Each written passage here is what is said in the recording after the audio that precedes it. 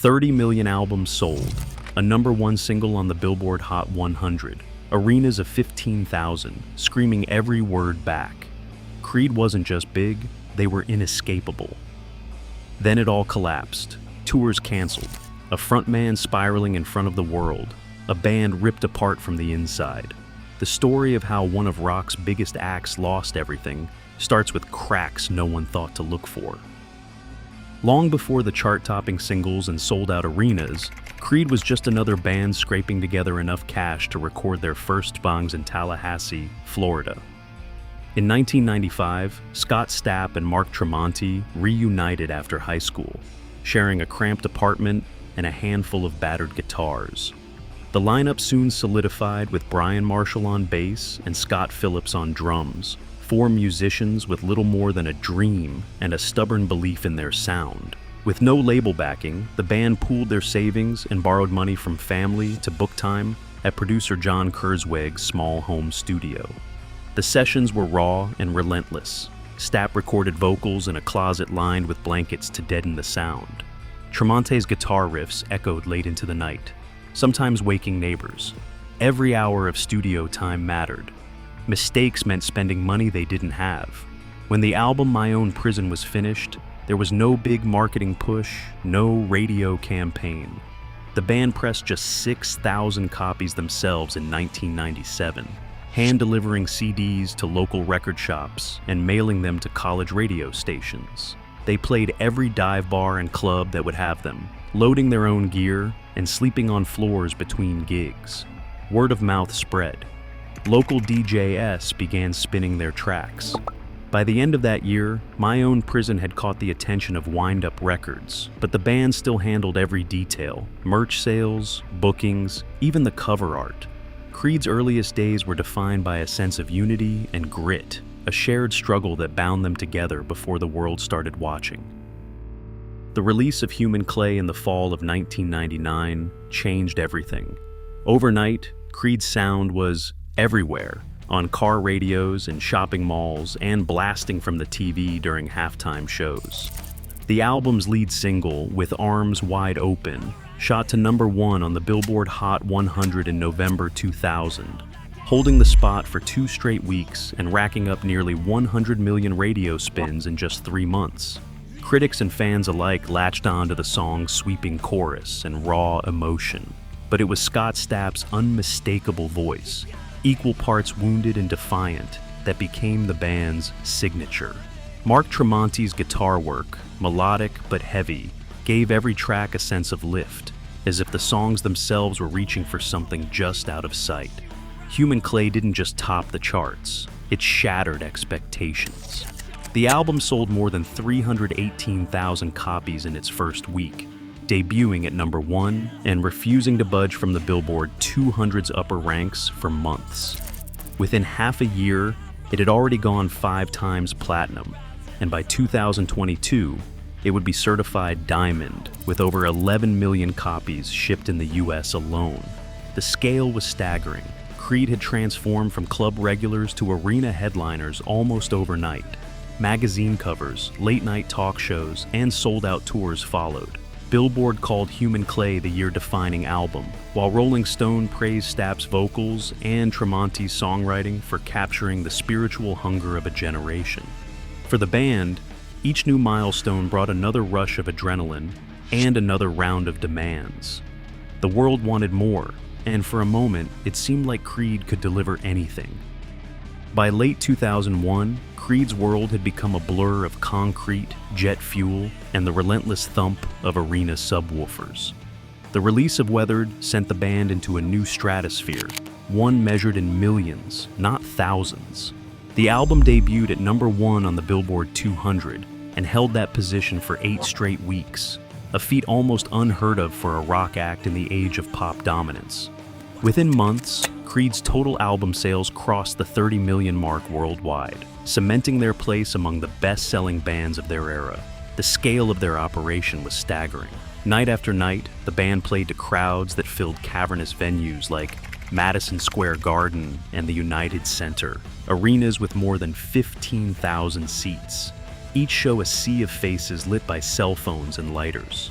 Polestar tracked the numbers. The weathered tour grossed about $85 million across 84 North American dates, with an average take of $1 million per show.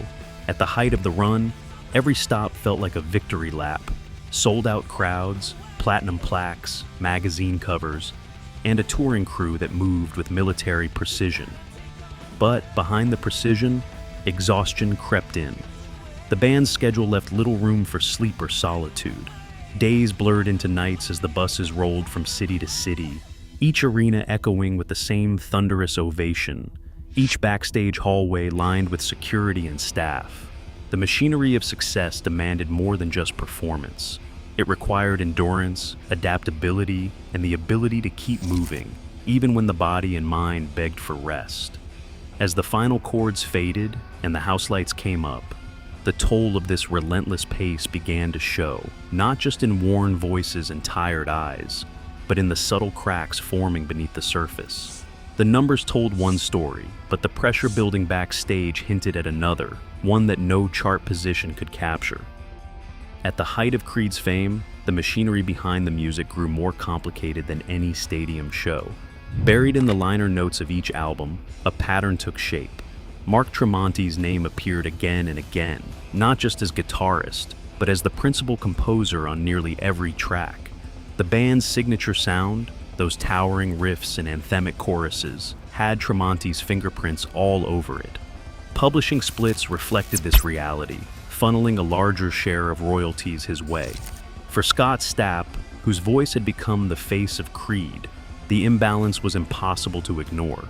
Wind-Up Records, their label, tightened its grip as the hits rolled in. Industry-standard 360 deals meant the label claimed a cut, not just from album sales, but from touring, merchandise, and even publishing. The more the band earned, the more hands reached into the pot. Management, often tied to both the band and the label, mediated every dollar, every decision. What started as a creative partnership now ran through a maze of contracts and commissions, with every song and tour routed through accountants and lawyers. As the numbers soared, so did the pressure. Every new album cycle brought higher stakes, and the smallest disagreements over credits, over cash, over who controlled the next move became harder to resolve. The sense of unity that once defined Creed began to fracture, not in public, but behind closed doors, where business decisions and creative control collided. In 2004, the machine finally seized. Scott Stapp's struggles, once hidden behind hotel doors and backstage curtains, exploded into public view. That fall, a series of frantic, rambling videos appeared on his Facebook page. Stapp, gaunt and wild-eyed, spoke of losing everything: money, family, even his grip on reality. Online captured the chaos, calling it a very public relapse. In the clips, Stapp said he was broke, under threat, and spiraling. He threatened self-harm and lashed out at invisible enemies. The band's summer tour collapsed overnight.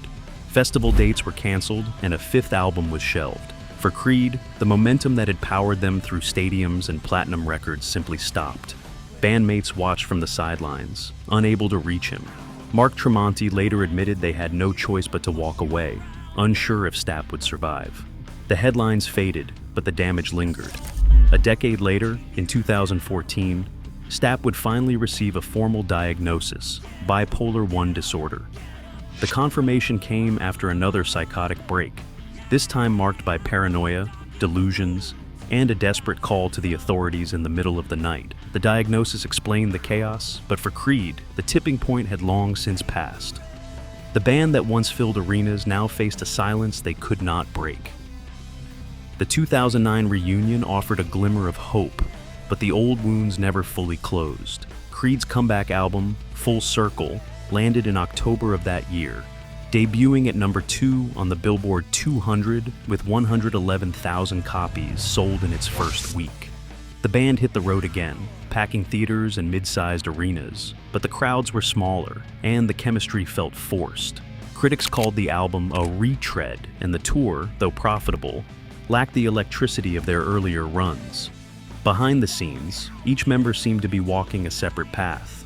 Mark Tremonti and Scott Phillips poured their creative energy into Alter Bridge, which quickly built its own loyal following. Brian Marshall joined them, leaving Creed's future in question, even as the band insisted they were still together. Scott Stapp pursued solo work, wrestling with his health and public image. The sense of unity that once defined Creed had faded, replaced by a quiet drift. The story did not end with a final performance or a dramatic split. It was a slow unraveling, leaving behind a catalog of anthems and a legacy, clouded by what might have been. Fame can vanish faster than it arrives. Today, the music industry still chews up bands under impossible pressure, while millions watch, hungry for spectacle. What is built on adoration can collapse overnight. In the end, the applause always fades. Tell me what you think in the comments below.